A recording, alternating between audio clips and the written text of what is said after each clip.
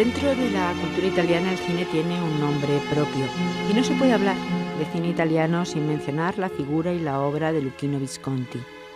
Pues para hablar de Visconti está hoy con nosotros Mercedes Tormo Ortiz. Ella es historiadora, ensayista y doctora en filología, licenciada también en geografía e historia. Bienvenida. Muchas gracias. Y como es habitual, nos acompaña el coordinador del área de filología italiana de nuestra universidad, de la UNED, el profesor Salvatore Bartolotta. Bienvenido. Benvenuti anche a voi. Profesor Bartolotta, ¿por qué es tan importante la figura de Luchino Visconti? Luchino Visconti è una de las personalidades más interesantes y culta del cine europeo, con su propia idea sobre la vida, la sociedad y nuestra época. Se le considera a menudo como creador del tema del sujeto como objeto cinematográfico, pero no se limitó a la dirección, sino que casi siempre trabaja en los diálogos y en el guión de las películas a su cargo. Dirigió muchísimas películas, desde Ossessione hasta Rocco e suoi fratelli, Il Gattopardo, Morte a Venezia e l'ultima L'Innocente. La problemática de su obra, sobre todo en su última película, se centra en el tema fundamental de la decadencia y de la muerte, a menudo entendida como un deseo consciente de autodisolución. Es director de teatro desde 1945, dirigió una serie de conciertos muy ecléctico en el que junto a la puesta en escena de la obra clásica aparecen autores más modernos y de moda. Es el favorito de los autores modernos, en cuyo texto Visconti a menudo encuentra las acusaciones explícitas a ese tipo de sociedad contra la que dirige su atención y su crítica, y ha jugado un papel decisivo en la renovación de la puesta en escena italiana. También, en el curso de su carrera, entre otros reconocimientos, recibió en la Mostra del Cine de Venecia el León de Plata en el 57, luego el León de Oro en el 65 y la Palma de Oro en el Festival de Cannes por El Gattopardo, y 4 veces Nastro d'Argento como mejor director por Rocco e Fratelli, etc. Pues el profesor Bartolotta nos ha hablado, hasta aquí nos ha mostrado cuál era la obra, la vastísima obra de Visconti, pero podemos entresacar de ella alguna clasificación, quizá un hilo conductor que nos ayude a entender mejor esta producción tan enorme. Yo creo que sí, o por lo menos lo vamos a intentar. Su producción aparece dividida en 2 fases. En la primera fase, el mundo objetivo tiende a prevalecer sobre el estado del ánimo subjetivo y todo tiende a la derrota, la destrucción, el destino y la muerte. En la segunda, tomarán protagonismo los grandes temas, lo crepuscular y del decadentismo de un mundo centrado en conmoverse con su propia agonía, por encima de las urgencias que la historia, la ideología o la política pueden proponer a la humanidad. En los años de una sociedad italiana en reconstrucción, llena de furia y de esperanza, el contraste entre estas 2 almas de Visconti se revela como una fecunda dialéctica. A ello podemos unir que en los años del milagro económico y de la grande bonanza política, este contraste se arriesga a aparecer solo como una contradicción no resuelta. El Visconti de los últimos años superará esta contradicción con una fórmula sorprendente, dejando de combatirla. Después de todo esto, quizá es momento de dar algunas pinceladas de la persona que hizo esta monumental tarea. ¿Cuáles son los datos biográficos que destacarías de la vida de Visconti?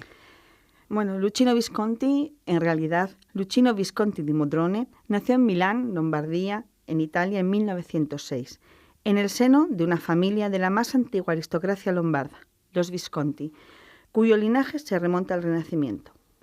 Era hijo del duque de Grazzano y conde de Modrone, Giuseppe Visconti, y de Carla Erba, hija de un poderoso industrial milanés. Su familiaridad con el arte y la cultura fue precoz, favorecida por el ambiente familiar. Desde muy joven se vinculó al Teatro de la Scala de Milán, convirtiéndose en la ópera en una de sus pasiones, medio de expresión artístico en el que su abuelo, el duque Guido Visconti, y su tío Umberto Visconti mantuvieron una estrecha relación, pues ambos fueron sovrintendenti, es decir, superintendentes del Teatro de la Scala. Bueno, vamos por este camino de la biografía y de la obra de Visconti, pero ¿cuáles fueron sus primeros pasos en el mundo del arte y de la cultura? Pues su primer affaire con el cine se produjo relativamente tardío, con los 30 años recién cumplidos, en 1936 en Francia, como parte de la troupe de Jean Renoir. Con él hizo la película Party de la Champagne o La Scampagnata, y que se estrenará muy tardíamente, en 1946. En ese mismo año, 1936, tienen lugar también los primeros escarceos con el teatro, al unirse al equipo de Romano Calú. En torno a los 40 años tendrá lugar su debut como director con el film Ossessione, en 1943. Aunque su estreno como director de teatro de ópera son aún mucho más tardíos. La primera obra de teatro que dirige es Parenti Terribile, de Jean Cocteau, en 1945, y su primera ópera es La Vestale, de Gaspare Spontini, estrenada 9 años después, en 1954. Efectivamente, Ossessione, que en castellano se tituló Obsesión, se estrenó entonces en 1943, es decir, en plena Italia fascista. Esta película es la adaptación cinematográfica de la controvertida novela El cartero siempre llama 2 veces, donde se narra el asesinato de un hombre cometido por el amante de su esposa. Imagino que con esta premisa no fue lo que podríamos llamar un éxito clamoroso. No sé si la palabra clamoroso refleja el impacto que esta ópera prima tuvo en el público italiano de su época, en pleno apogeo del poder fascista, como has mencionado. El origen de esta película se encuentra en el interés y las tentativas que tanto Visconti como un grupo vinculado a la revista Cinema pusieron en práctica para llevar a cabo un film inspirado en los textos del escritor catanese Giovanni Verga, exponente del verismo o realismo italiano y precursor del neorrealismo. Pero sigamos con la película. En ella, en torno a los 3 personajes principales, un propietario de edad avanzada, una joven e inquieta esposa objeto y un vagabundo que pasa por su restaurante, se crea una película que se sumerge en una atmósfera de pasión y asesinato, contra el telón de fondo de un paisaje italiano inédito en el cine. Primero, la campiña y el río, que están en la llanura polesana, luego urbano, en Ancona y Ferrara, donde el adulterio, una fuga inútil, un crimen, una maternidad y una investigación de la policía sobre los amantes llenos de remordimientos muestran señales inequívocas de un destino opresivo que convierte la vida en algo invivible, la liberación de esta falsa experiencia en algo impracticable y en inevitables el delito y la muerte. Y la reacción de los críticos y del público en general no fue igual en todas las personas. Pues no, la verdad es que no. Sobre la película escribieron con gran entusiasmo muchos jóvenes futuros críticos, mientras Vittorio Mussolini, hijo del dictador, salió de la sala de proyección profundamente indignado y la prensa católica invocó a las autoridades para que prohibiesen la exhibición. Censurados como cineastas, los componentes del grupo, Visconti incluido, serán buscados como subversivos en los meses siguientes. ¿Y entonces esta censura le impidió seguir trabajando o por el contrario le incentivó a abrirse a otros campos? En estos años de la posguerra, Visconti estuvo entre los colaboradores de la película Giorni di Gloria, de Giuseppe De Santis y Mando Serandrei, y fue el impulsor de numerosos proyectos cinematográficos destinados a no ser llevados a cabo jamás. Pero sobre todo se afirmó como un hombre de teatro, dirigiendo entre 1945 y 1947 10 producciones que produjeron una revolución teatral. ¿Cómo podemos definir o entender el neorrealismo italiano a partir de lo visto sobre la obra de Visconti? Su obra luego se aproxima a los principios artísticos del neorrealismo. Obsesión fue la primera película neorrealista, movimiento que toma como antecedente al novelista Giovanni Verga, ya hemos hablado de él. Introdujo una nueva visión del cine, de la dirección de actores, frecuentemente no profesionales, y en la concepción de la realidad y de los problemas sociales.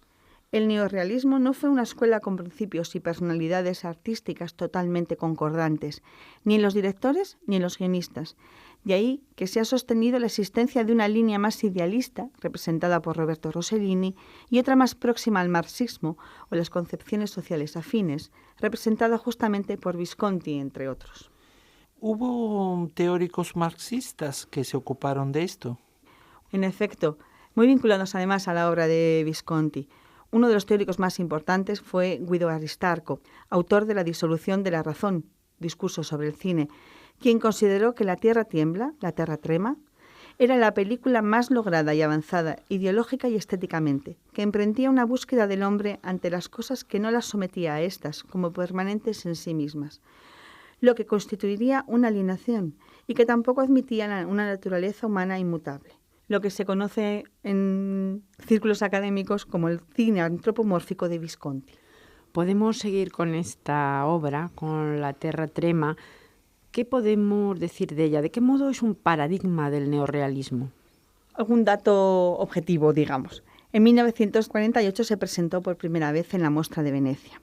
La empresa, que comenzó como un documental electoral del Partido Comunista, tendría que consistir en una docuficción articulada en un episodio del mundo del mar, un episodio del mundo de la minería y un episodio del mundo de la tierra, que se entrecruzarían unos con otros junto con otro más corto, llamado el episodio del mundo de la ciudad, y que describirían en un montaje alternativo muchas situaciones de conflicto social. ¿De qué manera interrelacionan o se relacionan tanto Verga como Visconti? ¿De qué manera el uno parece que modifica al otro basándose en él? Uy, complicado. Con la actualización de las novelas verguianas, fíjate, y su continua presencia a modo de ecos en la película. Visconti cambió el significado del texto mediante la sustitución de la codicia de lo desconocido de Verga por la lucha de clases y la sustitución de la primera inquietud por el bienestar por la necesidad de liberarse de la explotación o de apoderarse de los medios de producción.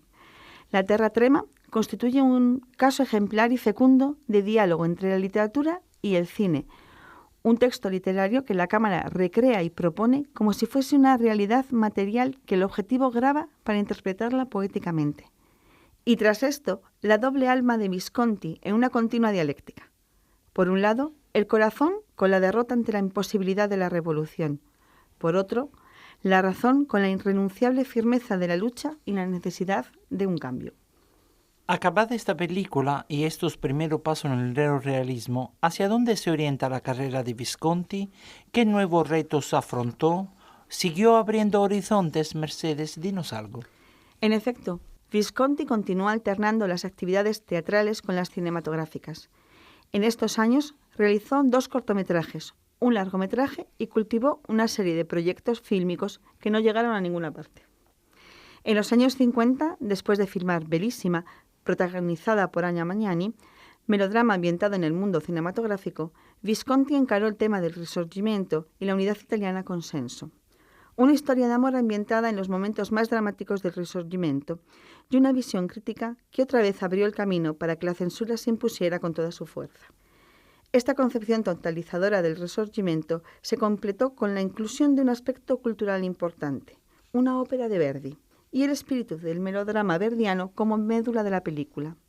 Entre Senso y las siguientes películas pasaron 3 años, marcados por numerosas direcciones teatrales, sobre todo de Arthur Miller y Anton Chekhov, y en 1956 por sus primeros pasos como director de ballet, con la historia de Thomas Mann, Mario und der Zauberer, con el bailarín Jean Babylet. Pero la realidad es que no todo es neorrealismo en estos años. O más bien podríamos decir que en la obra viscontiana hay un continuo pensar y repensar sobre lo hecho y también sobre las posibilidades de esta corriente para explicar la realidad, dando lugar pues, a un particular realismo en la obra de Visconti. Totalmente cierto.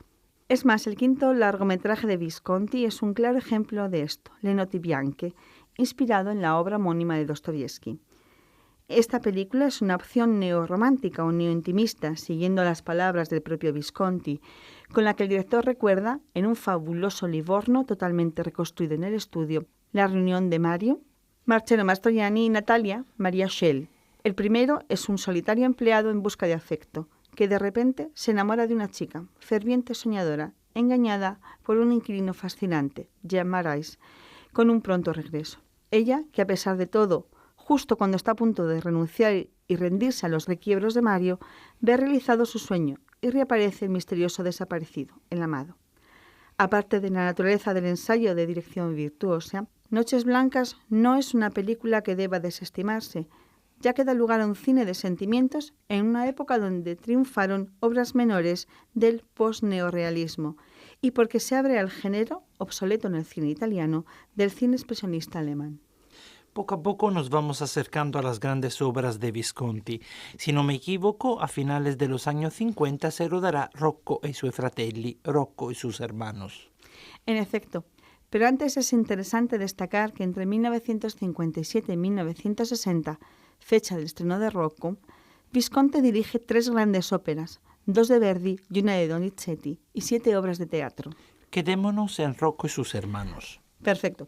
Rocco y suoi fratelli, de 1960, fue presentada en Venecia y tiene el contenido, la orquestación, organización rítmica, estructura dramática y construcción del clímax de un melodrama. A través de los 5 macrocapítulos en los que está dividido el film, uno por cada hermano, que en tiempos estaban tan unidos como los dedos de una mano, y a los que la ciudad separa y enfrenta, se suceden una serie de solos, algunos dúos y muchos tercetos, cuartetos, quintetos y sextetos que configuran la red del melodrama. A esta atmósfera melodramática contribuye en gran medida la bellísima partitura de Nino Rota.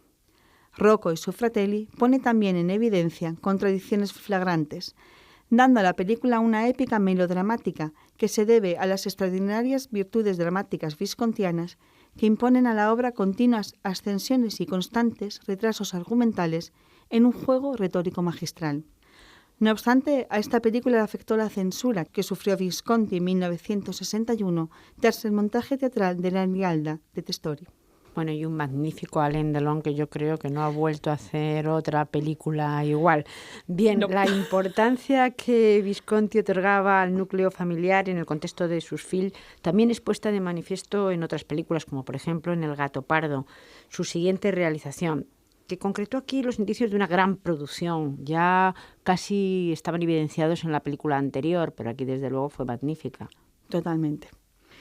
El Gato Pardo fue estrenada el 28 de marzo de 1963 en Italia. Está basada, como todo el mundo sabe, en la novela homónima de Tomasi de Lampedusa. A toro pasado se puede ver la completa ausencia de cualquier mención positiva de un nuevo orden y una identificación total entre el autor y su personaje, interpretado por Burt Lancaster, tanto en el tema del desprecio por lo nuevo como en el tema de la muerte y el de la belleza como su viático, que ocupa la parte no histórico-política de la historia, y en la fusión entre las dos líneas que caracterizan la macrosecuencia del baile. Visconti habla en boca del príncipe di Salina.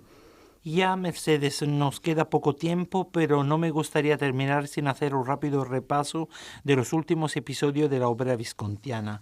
Muy brevemente. Las películas que nos quedan serían La caída de los dioses, donde reflejó con realismo y crudeza una etapa negra en la historia de la humanidad y fue catalogada por los críticos como una película de brillante minuciosidad histórica. Muerte en Venecia, considerado uno de los films más importantes de la década de los 70, siendo su contenido fundamental la contradicción entre el artista y su posición burguesa, Ludwig sobre Luis II de Baviera, Confidencia a su grupo de familia, y poco tiempo antes de su muerte y en un estado de salud bastante grave, logró concretar su última película, L'Innocente, adaptación de la novela homónima de Gabriele D'Annunzio. Su fallecimiento se produjo el 17 de marzo de 1976 en la ciudad de Roma, cuando contaba 69 años de edad. Ya hemos visto que Visconti colaboró con artistas como Claudia Cardinale, Alain Delon, Burt Lancaster, Nino Rota, Silvana Magnano, en fin, Anna Magnani, grandísimos, y además en una época de grandísimos directores como Fellini, Antonioni, Rossellini, Bolognini, Pasolini también, en fin, muchos grandes juntos y la figura de Visconti pues siempre importante. Muchísimas gracias a los dos. Arrivederci. Muchas gracias, arrivederci.